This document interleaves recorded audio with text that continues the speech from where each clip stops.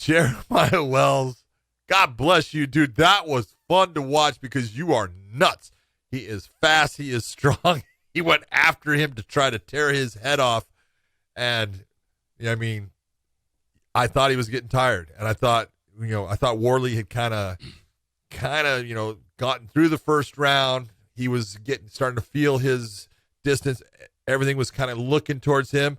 And, man, Wells came back out in the second round, stepped on the accelerator again, hit him with a shot, hurt him, and put him away. Big shot. He was fun to watch.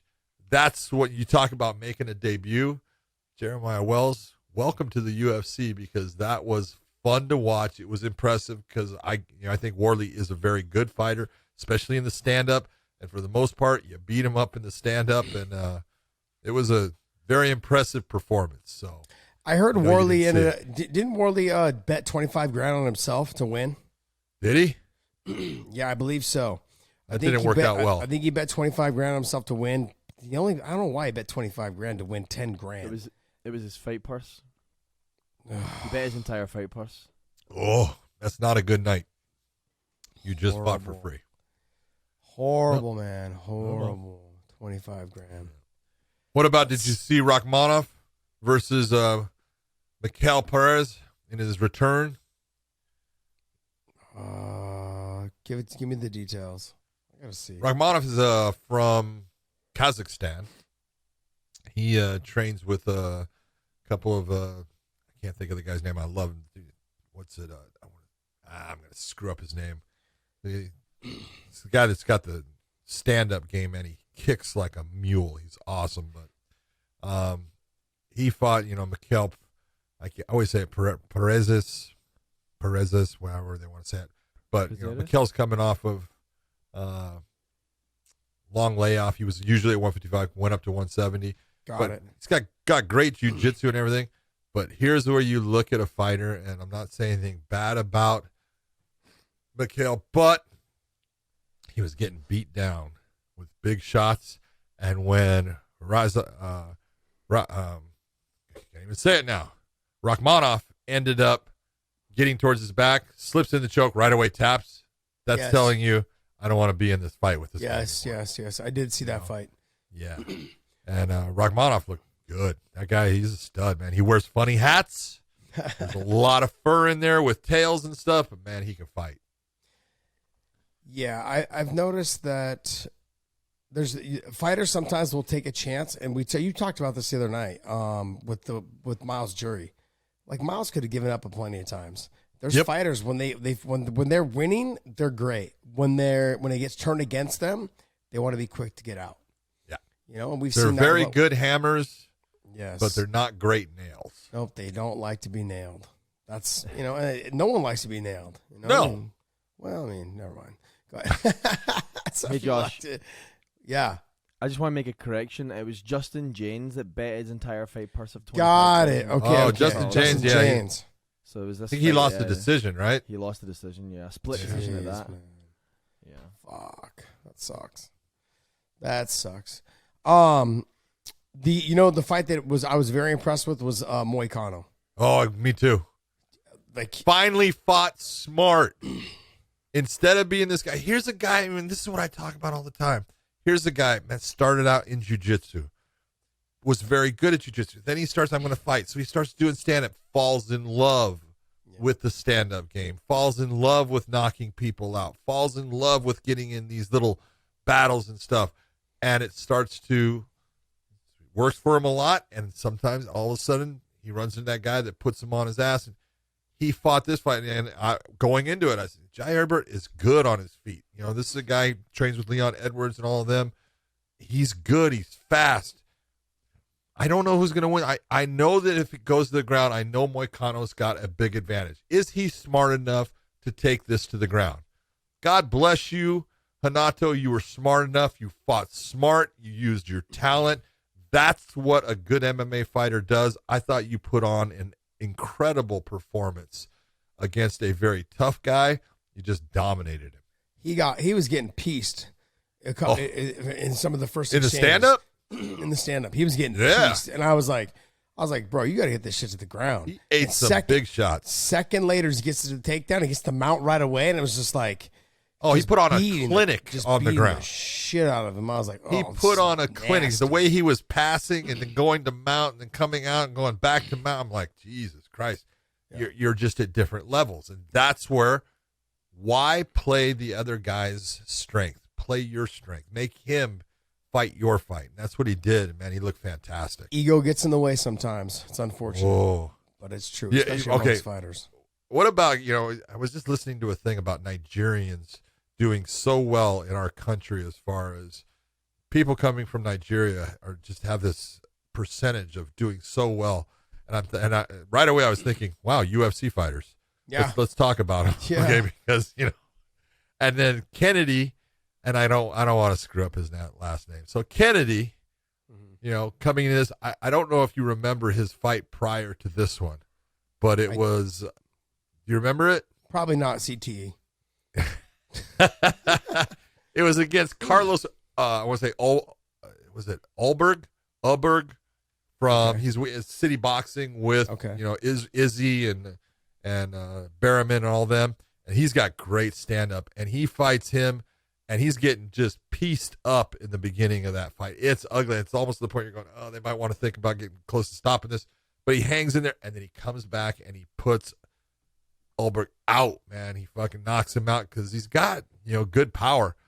And then this fight happens with Danilo, and, Marquez gets his back. He's got the body triangle the entire round. The whole fight. The whole fight he was on his back. Almost the whole fight. But you knew with that figure 4 on the body for 2 rounds, you knew, oh, man, your legs have got to be just dead.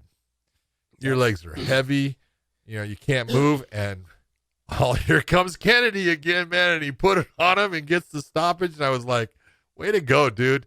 I love that guy's story. I love, that he's got heart the way he does. He seems like I've never met him. Seems like a good guy. I feel bad for, his situation with his mother and everything, but, you taking care of her just says it's a lot more about your character, but goddamn, great fight. You just did great. And I love what Saeed said to him in the corner before it. Hey, I believe in you, man. You can do this. And he goes out and he does it. He did exactly what he said. Yep. You just got to pull the trigger. I can't say it enough. I'm going to use myself as a reference, and I know it's going to probably, but I'm simply saying, is that Bob Cook always used to tell, DC said it a couple times on the UFC Airlines. He's like, Josh is probably one of the best technicians we ever had come through AK. And Bob used to get so mad at me when I would lay back and not fight. He's like, look, your conditioning is probably better than almost everyone's that you've fought. Go out there. You got better technique. Make it a dog fight. You're going to catch them in transition. You're going to do this. But instead, I would stick on the outside. Yeah, because you felt after a while, I can win if I just stay safe doing this. Yeah. And I end up losing 2 split decisions that way. Fucking stupid. Yeah, and Bobby so Green. But that's the thing. Exactly, Bobby Green. But those are the kind of fights. Yeah, those are the kind of fights that, you got to believe in your talent. There was moments in my career where I was just like, well, I can get away with doing this. No, man. Go out there and do what you do. He came out at the beginning of that 3rd round. I was like, nah, I'm going to touch you up. Touched him up quick. Shit was over. I mean, he put it right on the some button. Heat missiles on it. Put some heat on it, and it was straight down the pipe, and then he smothered him. Done. Great fight, man. Great performance, great fight. Because I was Tim watching Means, Dirty Bird. Dirty Bird. I love him, man. Nicholas Dalby, he's a tough dude, man. You talk about another Viking. He's a Viking, dude. This guy in another century would have had an axe in his hand, and he would have been raiding your hometown. But he's a tough dude, and he went after Tim Means is the experience, how smart he is in fighting, just the way he did things. I love the guy. He deserved that unanimous decision. So yeah, it was one of those fun fight. One of those fights that where he had dominant. I felt like he had a good dominant 2 rounds. Then in the 3rd round, it's normally him tiring other people out. Yes, and he was exhausted. And it was funny. I was actually able to hear the commentary for that fight a little bit, and they were like, "Oh my god, his opponent was breathing so hard. Dalby's breathing super hard, super hard. He's super tired." And it's so funny. They were like, "Yeah, he was not tired. He was just taking in the wind, taking in the way he breathes. It's the way he breathes. He does it every fight." That's so funny, man. He does it every fight. How do you not get used to it? That's what he does. If I was the guy fighting him, I'd be thinking he was exhausted too. But he obviously wasn't because he had a lot more left in the tank in the third. Yeah. But Good Andre fight. Fili against Daniel Pineda, man, I'll tell you what. Daniel Pineda still has a granite chin because he took some huge shots. And I want to tell Andre, you looked fantastic. He looked great. I am sorry that, it ended the way it did. Yes, you were on your way to a dominant win. But, shit happens. So it was, the eye poke ends it. You could tell Pineda was not trying to get out of that fight. He wanted to go on the fight. Even when he's getting interviewed, he's still, one eye closed. He goes, I can see you. It's like, yeah, because you're looking out of your good eye, but it happens. But Andre Fili, you looked really good. He was on point. He was just firing. The only thing that he was having problem with, that low leg kick, was fucking up his lead leg. That left leg, when he was going orthodox, he was getting it tooled. It was getting torn up on him. Yeah, but those guys with the wide stances now, they're going to have a hard time with that. The leg kick, the calf kick, all that stuff with those wide stances. They're going to have to start making adjustments, start learning how to pull it back. He did make the adjustment. He just switched to southpa and he took that element away. Threw the head kick right to the straight left and then boom, boom, boom, pieced up, then eye poke. Let me get to that. What else? I thought Timur Valiev, he looked really good. And this is one of those ones you look and you go, yeah, I really feel bad for Hani because, look, he almost had Valiev out in that fight, the second round. And so you look and you go, who really won the fight? If it was, who won the fight? I'm going to say, Hani won the fight. But if you go by rounds, Valiev won the fight. So, it's one of those ones. This is where the round system kind of puts it in, because the two rounds that, if you're going to say Valiev won, he won, but not convincingly. Wasn't the first round he won pretty convincingly. I thought he was just the output. Third round, it was close, but the second round wasn't close. It was dominant. So I don't know. This is why you need the half-point must system. This is exactly why. Good point there, Josh Thompson. I usually have good ones. Yes, that was a good one. I like that one. I usually have good All ones. right, here we go. I don't even want to talk about, it comes that point in your career. I was just talking with someone who's friends with OSP, and he's just not the same fighter. He just doesn't fight. He's waiting. He's not as fast. Tanner Boser, I've been in their cage with Tanner. He's a good guy. He's a tough guy, but at no time in OSP's true career should Tanner Boser ever have been close to him. It's just age, man. It's age. 38, slowing down. He's taking shots that he never took before. He can't get away from the same shots. He's getting kicked. At times you go, what's up, man? And nothing's coming back. He's very relaxed, but it's not good. When your career has been relied solely on your athleticism, when you get older, that goes out the door. Ask Roy Jones Jr. Okay, same thing with him. He's super athletic. Don't get me wrong; he's one of the best boxers to ever do it. Technically outstanding. Technically outstanding, but his game relied a lot on his athleticism. Oh, speed. So as soon as you touched as soon as he got older and you touched his chin, it was out, done. That's kind of what you're seeing right now with OSP. He moves out of range a lot with his hands down, his chin up in the air. He's not technically sound. At least Roy Jones was technically sound, but he relied a lot on his speed and his athleticism to get himself out of trouble. And that's the same thing that OSP has done throughout his career. And now that you're older, you can't rely on those, and that's the issue. And it's only going to get worse from here. So, do I think he needs to retire? Absolutely. I feel bad about it. Yeah, and the other thing, too, is his output is not there either. So how are you going to win fights if you have no output? If you have no output and you're a lot easier to hit now because you have slowed down, don't do it to yourself, man. Not a good combination. No, it's not. Move on. Move on to something different in your life. All right, let's move on to Cyril Gahn versus Mr. Volkov. Cyril Gahn, just a better athlete, faster. Just overall did exactly what I thought. Pieced him up on the feet as far as... I thought he was going to try to get him down. He did. I actually thought he would get him down at a certain point. He really didn't. But, it's Gane is going to give everyone problems based upon athleticism. He's fast, he's big, he's strong, he is super athletic. He controls distance pretty well. He's pretty technical though too for a heavyweight. Oh yeah, he's got technical. He's technical. Oh, He's got yeah. some good skills. He needs to tune some things up, but he's pretty technical as well on the feet. So there came a point where Volkov was getting hit, and you could tell he didn't want to get hit anymore. yeah.